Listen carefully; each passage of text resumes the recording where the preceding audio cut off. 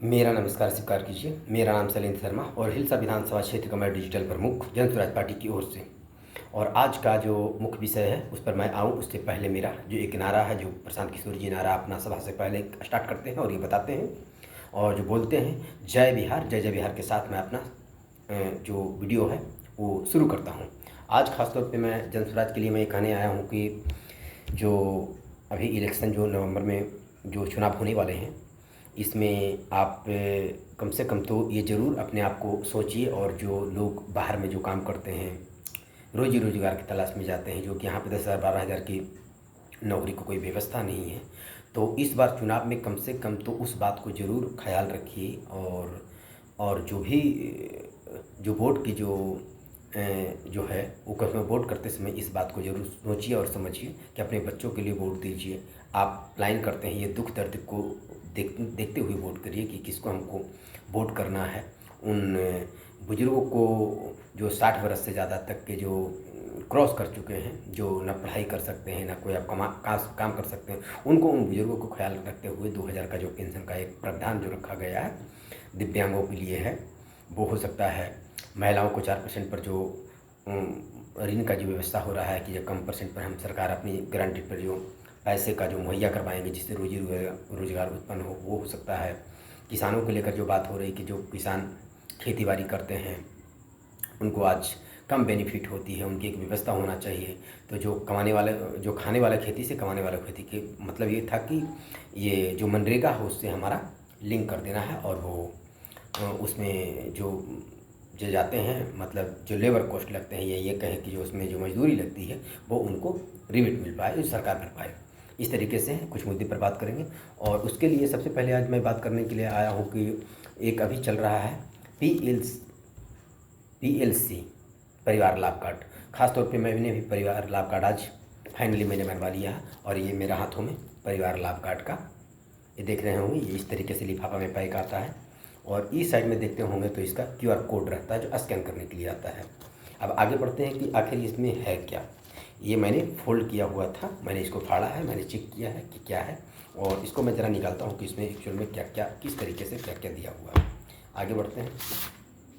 इसमें एक पेपर्स है, इसमें सारा ये डिटेल्स दिया गया है कि वो जन स्वराज का जो है 20,000 तक के जो लाभ होंगे वो विवरण कैसे हैं। ये मैं आपको कुछ पढ़ के मैं बताऊंगा। और ये बिल्कुल ATM कार्ड की तरह होते हैं। जैसे हम ATM कार्ड जैसे देखते हैं ठीक उसी प्रकार से आते हैं। जो पैकिंग सिस्टम बनाया गया है एकदम सेम टू सेम, जैसे आप बैंक में अकाउंट करवाते हैं तो आपको चेकबुक आता है उस प्रकार से होता है। ये ATM आता है पिन के साथ, तो ऐसा ही आता है। तो उतना ही बड़ा साइज का है। जैसे हम ड्राइविंग लाइसेंस बनवाते हैं तो इतना ही बड़ा आता है। पैन कार्ड हो गया, ATM हो गया, RC हो गया, रजिस्ट्रेशन और सर्टिफिकेट हो गया ऑफ, तो उस तरीके से ये चलता है। और ये इसमें जो दिया गया है वो परिवार लाभ कार्ड लिखा हुआ है, हर परिवार को 20,000 इसमें ये लिखा हुआ है। और मेरा PLC जो नंबर दिया है 001121236006 001121236006 ये नंबर है। इसमें हो सकता है कि जो मैंने जब अपना मोबाइल नंबर दिया और हमने अपना नाम बताया और जिस समय तक कि ये कोडिंग चल रहा होगा तो ये नंबर मुझे दिया गया है। ये मेरा परिवार लाभ कार्ड है और ये मुझे मिला है। और ठीक हमारा जहाँ तक जानकारी है कि वो जब वहाँ पे नंबर दिया जाता है तो जो कोड जो होते हैं वो नंबर के सामने इसमें लिखा जाता है, इसमें मेंशन किया जाता होगा कि इतना, इस मान लीजिए कि जैसे मैं शैलेंद्र शर्मा हूँ और मेरा जो मोबाइल नंबर डाला गया होगा उसको ठीक सामने ये नंबर डाला जाएगा कि इस कार्ड जो है शैलेंद्र शर्मा को दिया गया है या शैलेंद्र शर्मा को नाम से था ये। तो इस तरीके से है। आगे बढ़ते हैं। इसमें लिखा हुआ है आगे कि मैं कुछ पढ़ के सुना दूँगा। इस वीडियो में आपको पूरा तो नहीं पढ़ पाइएगा, इसमें है क्या क्या मैं कुछ पढ़ता हूँ इसमें और बताता हूँ। इसमें दिया गया है जन स्वराज, सही लोग सही सोच सामूहिक प्रयास। उसमें लिखते हैं कि नमस्कार, बिहार में व्यवस्था परिवर्तन और सामान्य लोगों को ज़िंदगी को बेहतर बनाने के संकल्प के अंतर्गत जन स्वराज में बिहार के लोगों से यह वादा किया जा रहा है कि जन स्वराज की व्यवस्था बनते ही सबसे पहले 5 काम कर दिए जाएंगे जिससे लोगों को गरीबी से बाहर निकलने की में मदद मिलेगी। नवंबर 2025 से जन स्वराज व्यवस्था बनते ही बिहार में लगभग 2/3 परिवार को हर महीने 20,000 तक के सीधा लाभ मिलेगा। जन स्वराज की व्यवस्था बनते ही परिवार को मिलने वाली लाभ यानी जो मासिक लाभ है उसका विवरण है। जैसे बताया गया कि बिहार में युवाओं को रोजी रोजगार की गारंटी जो कम से कम तो आपको 12,000 तक की व्यवस्था है, 12 से 15,000 तक की इसमें मेंशन किया गया। जैसे अगला वीडियो में मैंने बोला था, जोड़ दिया ताकि भाई जो पीएलसी है उसको बारे में समझना चाहिए। और आज मैं जब बनवा कर लाया हूँ तो मैं वीडियो को आज रिकॉर्ड कर रहा हूँ। आगे बढ़ते हैं। लिखते हैं बुजुर्गों, दिव्यांगों और विधवाओं को प्रति माह 2,000 तक का पेंशन, जो अभी नीतीश जी 400 से बढ़ाकर अब इनके आखिरी समय चल रहा है, आखिरी पारी खेल रहे हैं, तो ये 400 से 1100 किए हैं। लेकिन 1100 नहीं, ये हमें प्रशांत जी को कहना है कि ये 2,000 तक के होना चाहिए। जो बुजुर्ग जो 60 वर्ष तक के हैं, दिव्यांग हैं या विधवा जो हैं, उनके लिए कम से कम 2,000 के प्रावधान होना चाहिए, सरकार को देना चाहिए। तीसरा बात में आता है कि महिलाओं को 4% पर सालाना ब्याज, वो भी 5 लाख तक के सरकार के गारंटेड, यानी जो सरकार बनती है ग्रामीण स्वराज की, तो 5 लाख तक के सरकार अपना गारंटेड पे 4% पर, जो अभी करीब मान कर चलिए अलग अलग होती है, लेकिन 8%, 10%, 12% तक के पहुँच जाते हैं। वो है फ़ायदा जो आपको दिखेगा, वो करीब 2,500 रुपया। उसका बाद आगे है 15 साल तक के गरीब बच्चे की मुफ्त बेहतर शिक्षा, उसकी व्यवस्था है, जो कि आपको नर्सरी से लेकर 15 वर्ष तक की बढ़िया पढ़ाई का व्यवस्था, जिसको आप मान सकते हैं। ये सिर्फ खिचड़ी खाने वाले के लिए नहीं कि ऐसा ही गया अपना और वहाँ कोई पढ़ाई नहीं रही, उसके लिए नहीं। आगे बढ़ते उसमें 1,000 का फ़ायदा दिखाया। और नकदी फसलों को खेती की मजदूरी में मुफ्त व्यवस्था, जैसा कि मैं कह रहा था कि यहाँ जो किसानी लोग हैं, जिससे आप इन्होंने जो सिर्फ जो एक जरिया है कि हाँ उसमें जो भी काम करते हैं, उसमें धान है, गेहूं है, उपज करते हैं और बाकी उससे रेट उतना इन्फ्लेशन बिक रह जाता है, कमज़ोर रह जाता है, उसको मजबूत देने के लिए उन्होंने कहे कि मजदूरी की मुफ्त व्यवस्था करेंगे, जैसे कि जो मनरेगा से हम लिंकड करेंगे, ताकि किसान लोगों को जो काम करेंगे उनको पर बहुत ज़्यादा दबाव ना आए। उसके लिए जो 2,500 तक के इनको फ़ायदा है। 12,000, 2,000, 2,500, 1,000, 2,500, इसको टोटल को अगर कैलकुलेट करके आप पूरा एकदम फाइनल डालेंगे फिगर, तो ये होते हैं 20,000 तक के ये फ़ायदा। अब कई लोगों को लग रहा होगा कि 20,000 रुपये का फ़ायदा क्या जन स्वराज आते ही देंगे, तो मैं आपको सारा बात बता दूं कि देने का जो प्रतिक्रिया है ना, ये पूरे बिहार में एक व्यवस्था परिवर्तन के क्या मतलब है। इससे उन लोगों को बल मिलेगा, ताकत मिलेगा, शक्ति मिलेगा, वो समस्या को जो सामना कर रहे हों उस पर उनका जीत होगी कि आप बाहर जाकर काम करते हैं 10,000, 12,000 रुपये के, तो उसकी सरकार बहुत जल्द, जैसे ही सरकार बनती है हफ्ता 10 दिन में उस पर मॉनिटरिंग शुरू कर दिया जाएगा कि कहाँ गलती है, क्या करना है, कैसे रोजी रोजगार है, जितने बाहर लोग जो रह रहे हैं उनकी क्या व्यवस्था, यहाँ पे किस तरीके से लाया जाए, उनको रोजी रोजगार उत्पन्न किया जाए, ये सारी व्यवस्था करने के लिए दिया जाएगा। जो कम 12,000, 15,000 तक के जो भी कमाने के एक क्राइटेरिया लगभग कुछ एरिया रखा गया है कि हमें 12,000 तक के होना चाहिए। अब 12, 14, 15 जो भी बन जाए, उसमें फिर बुजुर्गों के लिए जो 2,000 का दिया गया है, महिलाओं के लिए 2,500 के जो फ़ायदे की बात हो रही है, 1,000 तक के बच्चों को जो शिक्षा पर जो बात हो रही है कि हर महीने कम से कम तो शिक्षा को बेहतर करने के लिए उस पर खर्चा करेंगे, और नकदी फसलों के लिए 2,500 तक की इसकी व्यवस्था है। तो ये है फ़ायदे का कुछ ग्राफ इस प्रकार से इसमें लिखा गया है, और उसका नीचे हैं उनका तस्वीरें हैं, सादर और प्रशांत किशोर इनका सिग्नेचर है, यानी साइन किया हुआ है। अब आगे बात करते हैं। ये तो पीएससी का बात हुआ और परिवार लाभ कार्ड का। अब सवाल है कि ये होंगे कैसे। अब ये सिर्फ कहने से तो होंगे नहीं। अब जाहिर बात है कि ये सारा कुछ लागू करने के लिए सरकार में आना जरूरी है, और सरकार में जब आएंगे, जब हम, आप और सब लोग, पूरे बिहार के लोग इन पर विश्वास करेंगे, इनका वोट करेंगे, चुनाव में इनको जीत दर्ज करवाएंगे, तभी तो सरकार में आएंगे, तो आपके हित की बात होगी। नहीं तो 3 वर्षों से ये मेहनत कर रहे हैं, संघर्ष कर रहे हैं, घूम रहे हैं, धूप हो, गर्मी हो, बरसात हो, सामना कर रहे हैं, तो इनको जो परेशानी जो है वो तो आपको भी दिख रहा है। लेकिन जो आप लोग 50 से 60 लाख लोग जो अदर शहरों में जाकर जो काम करते हैं, बिहार से जाते हैं काम करने के लिए, मुंबई है, दिल्ली है, गुजरात है, हरियाणा है, पंजाब है, चंडीगढ़ है, चाहे जहाँ जिस शहरों में, तो वो जो दुख दर्द है वो आपका है, तो उसके बारे में आप भी ज़रूर देखिए किसी का भाई रह रहा है, किसी का बेटा रह रहा है, किसी का पति रह रहा है, किसी का पिता रह रहा है, उसके बारे में अगर आप नहीं सोचेंगे तो नेता लोगों को सोचने की क्या ज़रूरत है। अगर वो जीतते हैं, उनका बच्चा विदेशों में पढ़ाई करता है, लाइफ स्टाइल अच्छा होता है, फॉर्च्यूनर जैसे गाड़ियाँ से घूमते हैं, चुनाव का माहौल आएगा, हेलीकॉप्टर 4 को बुक कर लिया जाएगा, हेलीकॉप्टर से घूमते नजर आएंगे।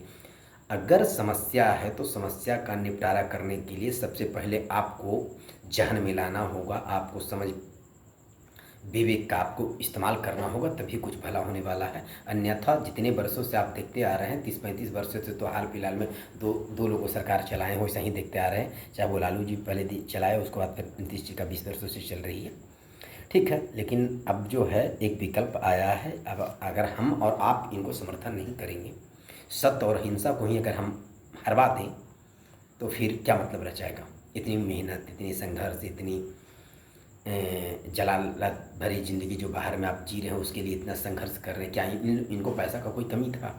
जो इंसान जो हर दिन पूरे दिन सभा करते हैं, 3 जगह 4 जगह जाते हैं, इतनी गर्मी में सामना कर रहे हैं, क्या लगता है कि इनको क्या कोई पैसा का कमी था, इनको क्या ज़रूरत था।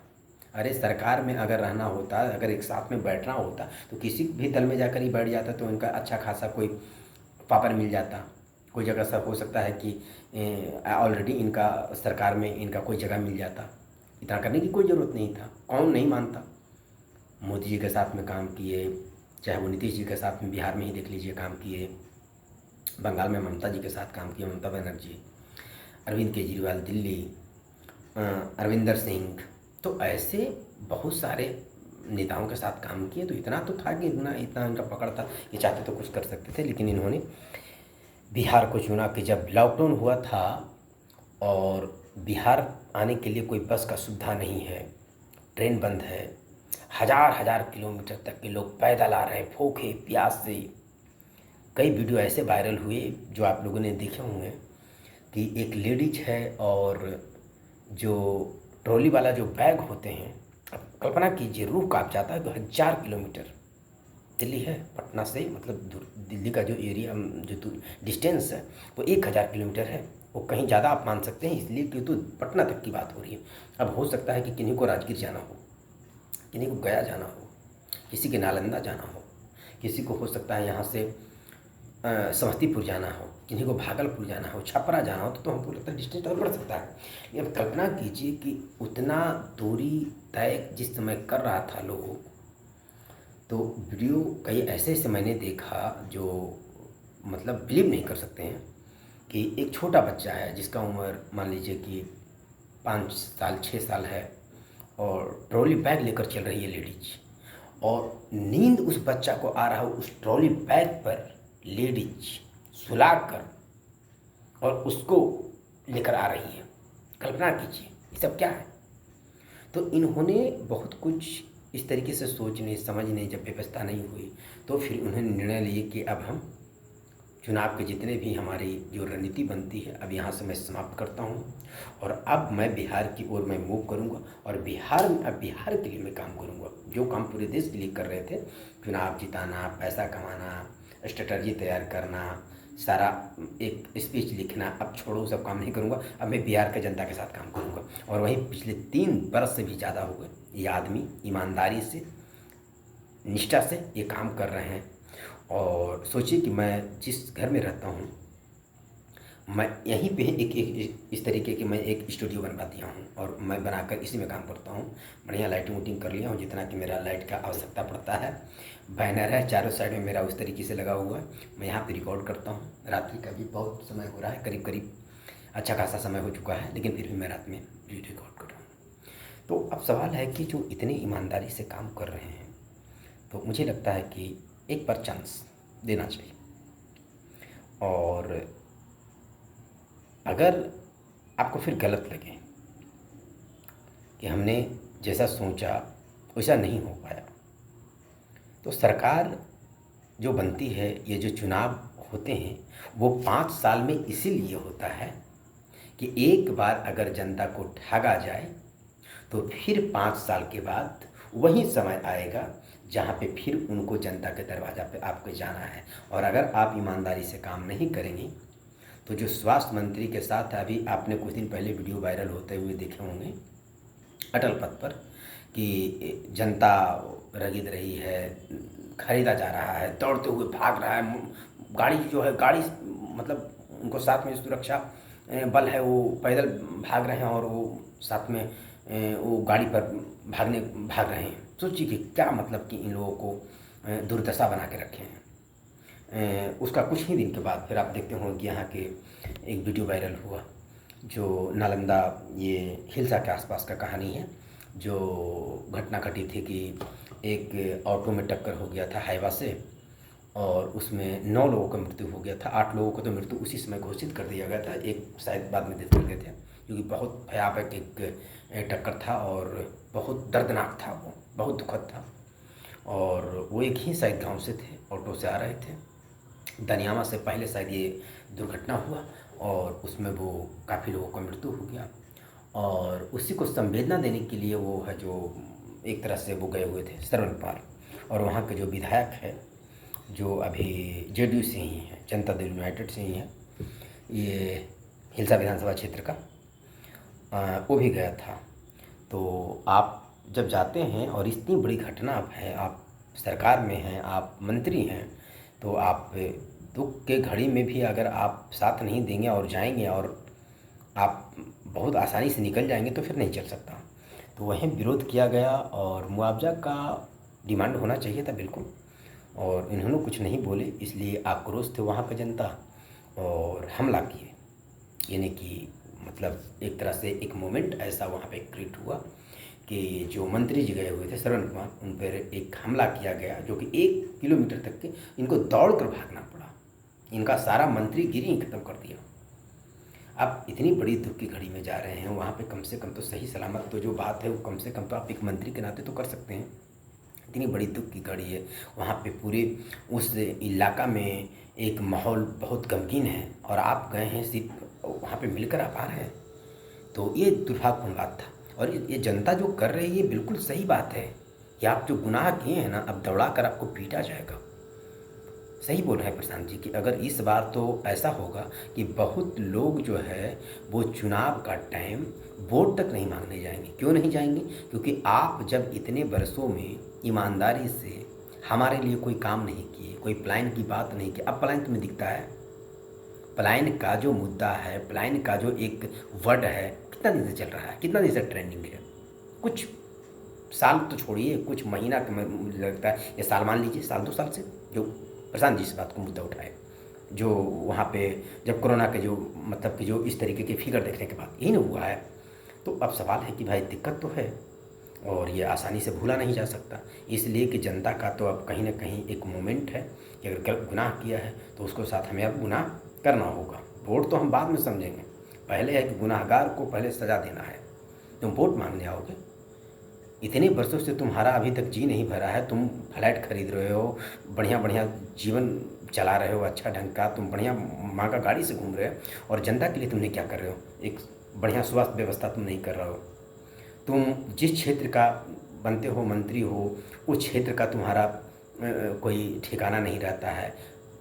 आप एमएलए बन जाते हो, किसी जनता के बीच में आप नहीं जाते, तो एक बहुत बड़ी बात ही है। और इसी तरीके से जो एक मुहिम चला हुआ है कि जो गुनाह किया है इसके साथ एकदम बिल्कुल गलत होना चाहिए। और सही बोल रहे हैं कि इस बार बहुत सारे ऐसे नेता मंत्री होंगे जो वोट भी नहीं मांगने जाएंगे। और ठीक किया जा रहा है कि इन लोगों पर हमला होता है, चाहे इन लोगों पर जो भी एक तरह से जनता आक्रोश है, कोई गलत बात नहीं है।